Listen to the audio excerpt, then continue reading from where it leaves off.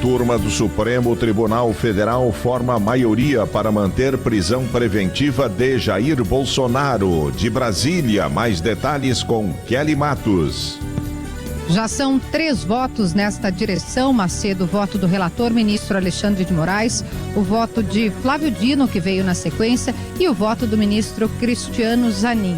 São 3 votos que formam maioria para manter a prisão de Jair Bolsonaro como uma prisão preventiva aqui na Superintendência da Polícia Federal em Brasília. Textualmente, o ministro Alexandre de Moraes disse que a continuidade no desrespeito às medidas cautelares por parte de Bolsonaro não cessou. Pelo contrário, foi ampliada na última sexta-feira, quando Bolsonaro violou dolosa, ou seja, com intenção e conscientemente, o equipamento de monitoramento eletrônico, conforme comprova o relatório das autoridades do Distrito Federal acerca da monitoração eletrônica. O ministro destacou ainda que durante a audiência de custódia que ocorreu nesse domingo aqui em Brasília, Bolsonaro novamente confessou que inutilizou a tornozeleira eletrônica com cometimento de falta grave, ostensivo descumprimento da medida cautelar e patente desrespeito à justiça. Esse é o primeiro voto, o voto do ministro relator, justificando a manutenção da prisão de Jair Bolsonaro. Na sequência, o voto do ministro Flávio Dino citou ainda o comportamento de aliados de Bolsonaro que fugiram, que saíram do país para não cumprir as penas aos quais foram sentenciados, como, por exemplo, Carla Zambelli, que havia sido condenada a 10 anos de prisão, fugiu para a Itália, e Alexandre Ramagem, condenado recentemente no processo que apurou a trama golpista e fugiu para os Estados Unidos. O voto do ministro Cristiano Zanin, esse não teve um texto, apenas acompanhou o relator Alexandre de Moraes. Com isso, Macedo Bolsonaro seguirá preso aqui. Ainda falta, é verdade, o voto da ministra Carmen Lúcia, mas que não faz diferença no sentido de que a maioria já está formada. Essa turma tem 4 ministros, sim, porque Luiz Fux pediu para ir para a segunda turma e porque o indicado por Lula, o Jorge Messias, ainda não teve o seu nome aprovado pelo Senado Federal. Ainda há expectativa aqui em Brasília em relação ao encerramento de outro processo, aí o processo que é por uma tentativa de golpe de Estado, ao qual Bolsonaro já está condenado. Em esse processo encerrando, o próprio ministro Alexandre de Moraes deve determinar a execução da a pena de 27 anos ao qual ele foi condenado, Macedo. Valeu, obrigado, Kelly Matos, direto de Brasília. Vamos voltar a Brasília porque a primeira turma está encerrando a votação sobre a prisão preventiva de Jair Bolsonaro. Saiu o 4º voto aí, Kelly?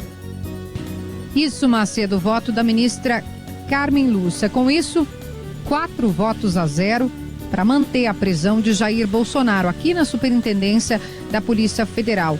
A gente já adiantava isso no Gaúcha hoje, né, Macedo, de que a composição da primeira turma com Alexandre de Moraes, Cristiano Zanin, Flávio Dino e Carmen Lúcia nos dava todos os indicativos de que essa prisão seria mantida e, no caso, mantida por unanimidade. Os 2 primeiros ministros a votar foram o ministro Alexandre de Moraes, o relator, e o ministro Flávio Dino. Esses ministros acrescentaram um texto do voto. Os 2 ministros que ficaram por último, Carmen Lúcia e Cristiano Zanin, apenas acompanharam o relator.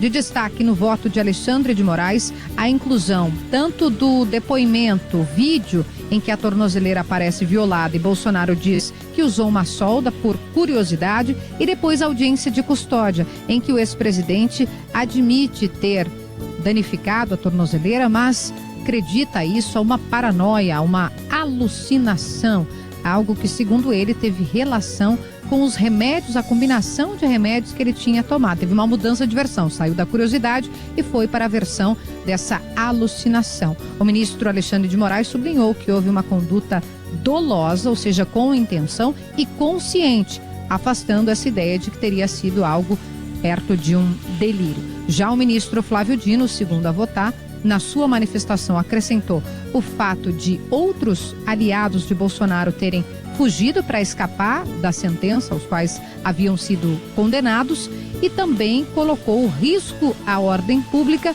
a partir, segundo ele, de uma referência, de uma conexão com o que aconteceu nos atos de janeiro, quando foram conclamados chamados manifestantes e promoveram, né, aquela quebradeira que a gente viu aqui em Brasília. Ele fez essa referência também no voto dele. Portanto, para a gente fechar, 4-0, Macedo, pela manutenção da prisão do ex-presidente. O jornal Folha de São Paulo ouviu médicos psiquiatras sobre essa alegação do presidente. Ele usa uma combinação dos medicamentos pregabalina e sertralina. E segundo esses profissionais, a medicação que ele usa é segura e raramente pode causar um quadro de alucinação, como foi alegado pelo ex-presidente. Segundo os médicos, esse uso combinado aí desses dois elementos é muito comum em pacientes idosos e apenas em casos raros o uso associado poderia levar à queda de sódio no organismo, gerando aí algum tipo de delírio.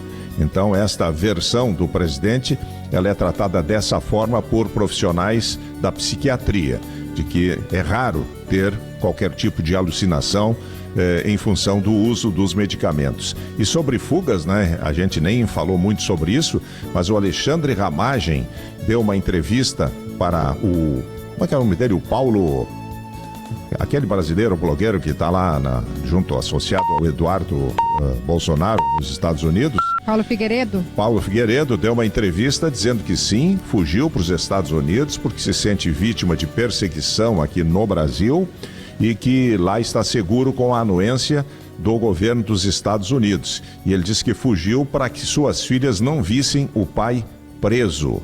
Ou seja, o que se suspeitava, né, a partir das primeiras fotos em que o Ramagem aparecia nos Estados Unidos, ficou confirmado no depoimento dele ao Paulo Figueiredo de que realmente fugiu para lá em busca de refúgio após ter sido condenado e podendo ser preso na sequência na medida em que o processo seja encerrado, que deve acontecer aí nas próximas semanas. O processo da trama golpista em que Bolsonaro é um dos condenados e Ramagem também.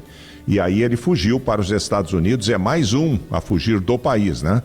Tivemos o caso do Eduardo Bolsonaro, que não chegou a fugir, porque naquela época não havia nenhum mandado contra ele, mas de qualquer maneira foi para os Estados Unidos e afirmou que estava lá com medo de ser preso, com medo de ser perseguido. Tivemos o caso da Carla Zambelli, tivemos o caso também de um senador que não poderia viajar para o exterior, Marcos Duval, mas que foi, passeou na Disney e voltou para o Brasil, este voltou para cá, e agora o caso do Ramagem, né, que foge e dá entrevista dizendo que sim, fugiu, porque não quer que as filhas vejam o pai preso. Então, nesse sentido aí, a preocupação do Alexandre de Moraes faz sentido, né?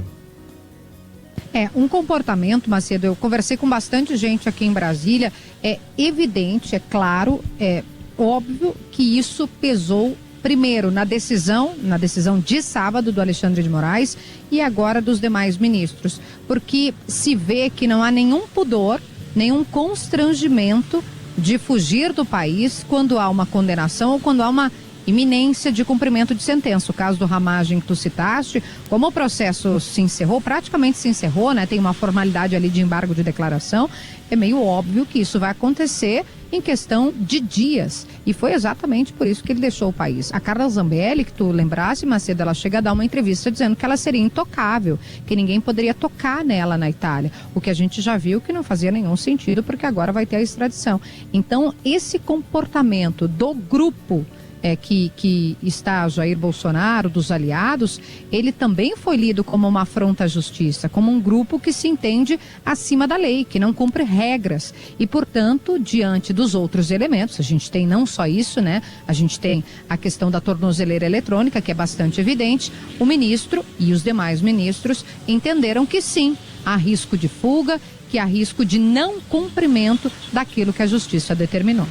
Se a decisão do Moraes, agora referendada pela primeira turma, ficasse em cima da subjetividade, né, do entender que poderia haver fuga a partir da vigília, a partir da mobilização, do modus operandi, haveria uma grande margem para discussão e principalmente para críticas por parte dos aliados de Jair Bolsonaro.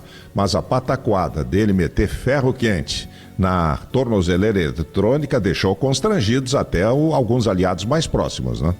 E dizer por curiosidade, né, Macedo, eu vou aqui ver o que acontece, primeiro essa versão da curiosidade, não, eu queria ver se queimava a tornozeleira, não faz muito sentido, aliás, não faz nenhum sentido. E até sobre isso que tu observa, Macedo, no início do sábado, né, na manhã de sábado, a gente via muitos aliados dizerem isso com alguma legitimidade, né? Olha, só por causa de vigília, ou só porque a casa é perto da embaixada, porque fica a 15 minutos.